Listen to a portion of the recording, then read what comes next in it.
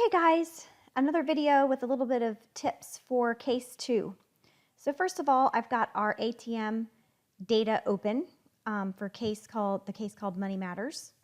And let's explore the size of this data set. Remember, scrolling is not our friend when we get bigger and bigger data sets.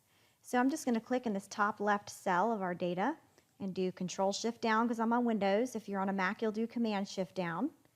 And it brings me all the way down to the bottom, and it tells me I have 14,913 rows by one column. And then, of course, I could do my right arrow to explore how far over it goes. I've got 9 columns. You can see it says 9 columns right here. All right, so don't forget about using that because our data sets are going to get bigger and bigger this semester. Okay, so the first little tip that I'm going to talk about is this data set has some problems in it. So what you want to do is you want to explore what's in each column. Now, of course, you could sort, but then you'd still have to scroll and eyeball things. You could miss like one misspelled word or whatever. So what I'm going to recommend is that you use a filter to look at each one. So for instance, I'm going to go up here to Data and Filter. And if I do my down arrow on this column, I can see everything that's in that first column: an advance, a deposit, a transfer, or a withdrawal.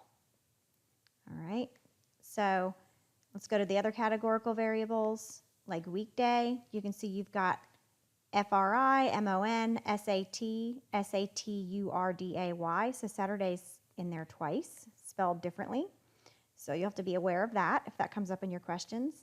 SUN, THU, TUE, and WED. So anyway, that's one thing that I want to recommend to you when you have a big data set like this, is to explore what levels of your categorical variables there are. All right, so let me undo my filters and get back at this. All right, so another thing that I get questions about with this kind of data is this time column. So notice that the times don't look like times, right? 19, 126, 701. If we scroll down a little bit, we'll see we've got 2000 as a time. Whoops. Anyway, I keep skipping over it because this data set's really big, but you can see that we've got really weird times: 1913, 1911. Okay? Can you guess what is happening here? Well, instead of recording time in a way that it's easy to make a mistake, like 7 o'clock a.m., 7 o'clock p.m., there are a lot of ways to make a mistake when you type data in that way. It's never ambiguous if you use military time, okay? And that's what this is. So 19 is 19 minutes after midnight, so 12:19 a.m. 7:01 is going to be 7:01 a.m. All the way up until you get to 10 a.m., 11 a.m., and notice after we cross over 12 o'clock, okay, so that's 12 o'clock p.m., instead of going to 1 o'clock, it's going to go to what? 1300, okay? So 1300 is exactly 1 p.m., 1301 is 1:01 p.m., all right? So make sure you are aware of that. All right, so how would we find the transactions, for instance, that happen between, how about over lunch hour, like 12 o'clock to 1 o'clock p.m.? How would we do that? Well, we could use the if function that you learned in the last case study, right, that we talked about in the last case study. So we could say if this column is greater than or equal to 1200, and we want to also check, right, that it's less than or equal to 1300, okay? So we would need our and. So if it's greater than or equal to 1200 and the cell is less than or equal to 1300, then I might want just to know that a transaction happened if I'm counting it, Or I might want it to print the amount if I need to get like an average transaction during that hour. So let's look at both. If I want to count it, I'm just going to put a 1 there and tell it to print nothing. Okay, if not, I can hover over the bottom right, get the crosshairs, double click, drag it down, go over here into the next cell, and sum up all those ones. So click, Control Shift down or Command Shift down for a Mac, and my parentheses, hit enter, and I've got to scroll up just one cell, and I can see that there are 1,595 transactions within that time window. All right, and of course, if it's less than, then you just use the less than sign, okay? Putting an equal to right after does less than or equal.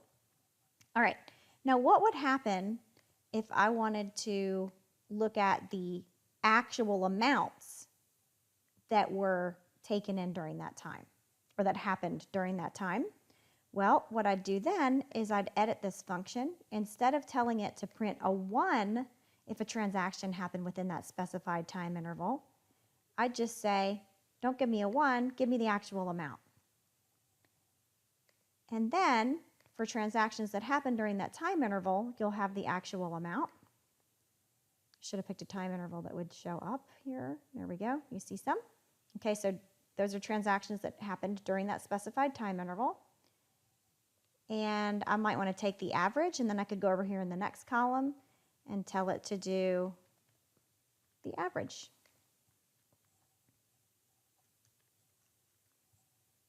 Played the same game again, just applied it all the way down, ended my parentheses, and hit enter.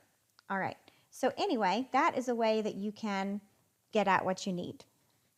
All right, so there's another issue on this case study, and that is that on the last question, you're supposed to possibly get a histogram to look at the shape of the distribution. Well, the histograms can be very, very hideous to do on a Max version of Excel. And you have to download a little package, your data analysis kit, for the Windows machines to do a histogram. So if you want, you could import the data into R. So I'm going to just show you how I do that real quick. I do this lots of times. Excel is really good at some things, and R is better at other things. Okay, so I'm going to highlight my data. So I'm going to start in this B11 cell, so I get all my column names, and I'm going to hit Control Shift down, and then my right arrow, so I highlight it all, and then I'm just hitting Control C, or you can do right click and copy, however you want to copy it. And then what I do is I open up a new Excel workbook, a blank one. This ensures that I'm just copying and pasting the data into a fresh sheet, so I'm not getting like any hidden HTML from deleting things out of the other one, and my data starts in the top left corner. So I'm going to do Control V, or you can right click and paste, or whatever your favorite method of pasting data is. And then I'm going to do File, Save As. I'm going to put it on my desktop with a million other files I've been working on. You'll see in a second. And I'm going to go down here until I find CSV, delimited. Don't use the CSV Macintosh or CSV MS-DOS. Use CSV, delimited. You'll have to do this with your Connect homework data sets as well when you bring them into R. And I'm just going to call it ATM data.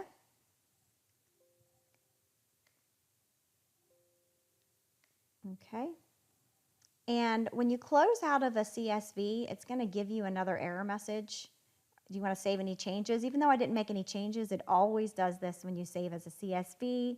I always just say, yes, I want to keep using it in that format, and I'm good to go. So now I'm going to go grab R and read it in. All right, so here's my R window. I'm going to make this a little bit bigger so you guys can see it.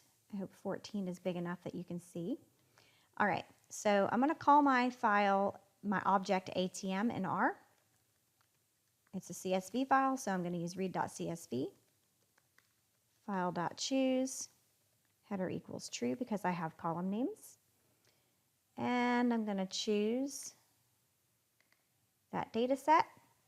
Now, I'm always going to look at my first couple rows so that I can see what the column names are. Notice that R put a .1 on the second column that was named the same thing as type over here, okay? So that they're named something different. All right, so always pay attention to how R is calling the columns, because it might be slightly different than what's in your CSV that you imported. Okay, so that way I know all the column names. And then I can attach this data set so that I can just refer to the column names by just the column name. So now, if I wanted to see all the levels of a categorical variable, like weekday, it's a little bit easier, I think, in R. I can see now all the spellings of the different weekdays that are there, etc. All right, so if I want to do a histogram of, say, the amount on some such that type equals deposit, and for instance, what else would we do this on? Okay, just that, type equals deposit. Let's just say we're making that our criterion. Then I could pull up a histogram of that.